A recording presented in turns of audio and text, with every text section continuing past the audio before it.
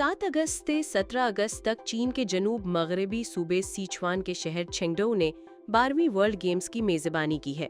इस बार 116 ममालिक और खित्तों से 6,607 नौ खिलाड़ियों, टीम ऑफिशियल्स और तकनीकी माहिरीन की रिकॉर्ड तादाद इन मुकाबलों में शरीक हुई है।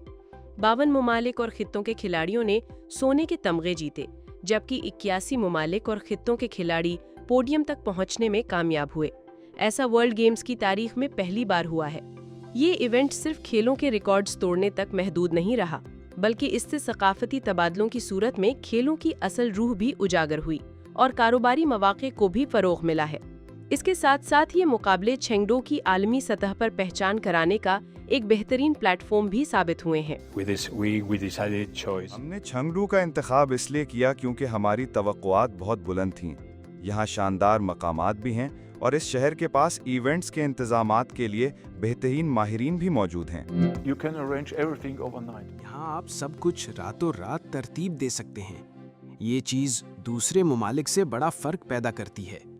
यहाँ के सब लोग बेहद दोस्ताना मिजाज रखते हैं। मेरे ख्याल में यहाँ सब कुछ बेहतरीन अंदाज में तरतीब दिया गया है और तैयारी भी बहुत बेहतर रही है।